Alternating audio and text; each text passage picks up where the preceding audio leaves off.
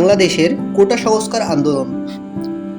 সরকারি চাকরিতে কোটার পরিমাণ কমিয়ে মেধার ভিত্তিতে নিয়োগের জন্য দাবিতে বাংলাদেশের কোটা সংস্কার আন্দোলন সংগঠিত হয়। 2024 সাল পর্যন্ত বাংলাদেশে মোট 3 বার কোটা সংস্কারের জন্য বড় ধরনের আন্দোলন সংগঠিত হয়। এখন অবধি এই আন্দোলনের পক্ষে সাধারণ বিশ্ববিদ্যালয় ও কলেজের শিক্ষার্থীরা এবং বিপক্ষে রয়েছে আওয়ামী লীগ, ছাত্রলীগ ও আওয়ামী লীগের মতাবলম্বী সংগঠনসমূহ। সর্বপ্রথম বড় ধরনের কোটা সংস্কার আন্দোলন হয় 2013 সালে। এরপর 2018 সালে আন্দোলনের পর আন্দোলনকারীদের পক্ষে পরিপত্র ঘোষণা করা হয়, কিন্তু হাইকোর্ট কর্তৃক এই পরিপত্রটি অবৈধ ঘোষণা করায় 2024 সালে পুনরায় আন্দোলন শুরু হয়। প্রত্যেকবার আন্দোলনের সময় বাংলাদেশ পুলিশ ও ছাত্রলীগ কর্তৃক শিক্ষার্থীদের উপর প্রাণঘাতী হামলা চালানো হয়। বাংলাদেশ কোটা সংস্কার আন্দোলনের পটভূমি।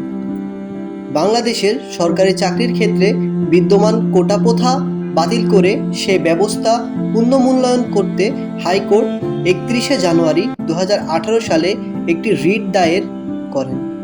ঢাকা বিশ্ববিদ্যালয়ের শিক্ষার্থী ও সাংবাদিক Mohammad Abdul Awadud, senior sub editor, Dainik Amader অর্থনৈতিক, ঢাকা বিশ্ববিদ্যালয়ের শিক্ষার্থী মোহাম্মদ আনিসুর রহমান মীর, তার পৈতৃক নিবাস কুমিল্লা জেলায় মুরাদনগর উপজেলাধীন পরমতলা গ্রামে, ও ঢাকাস্থ কুমিল্লা সাংবাদিক ফোরামের সদস্য দিদারুল আলম দিদার আবেদনের তারিখ উল্লেখ করেন।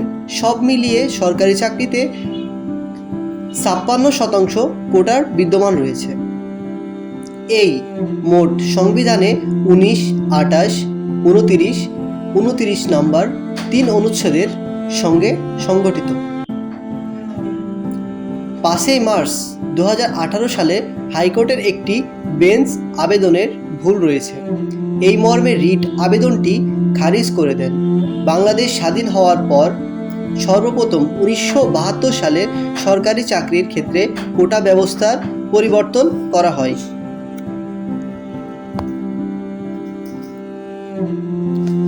1972 সালে সরকারি চাকরির ক্ষেত্রে কোটা ব্যবস্থার প্রবর্তন করা হয়।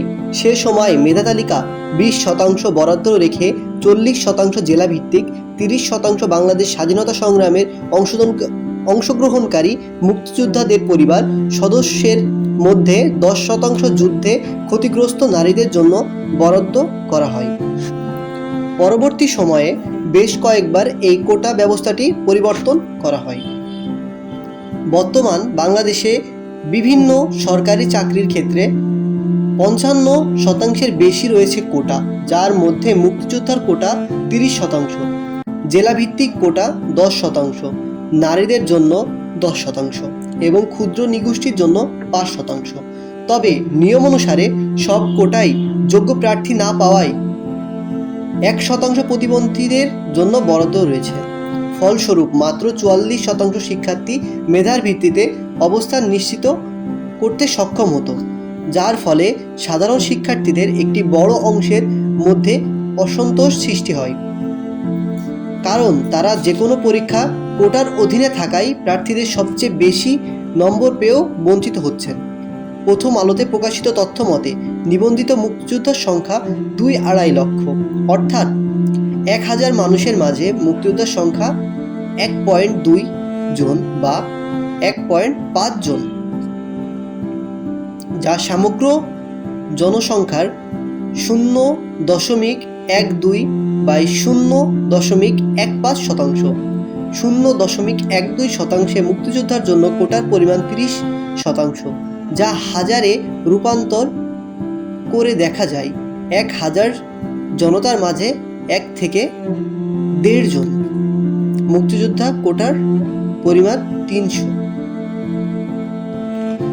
গণপ্রজাতন্ত্রী বাংলাদেশ সংবিধানে 29-29-2 অনুচ্ছেদে সমূহ চাকরির ক্ষেত্রে সকল নাগরিকদের সমান সুযোগের কথা বলা হয়েছে।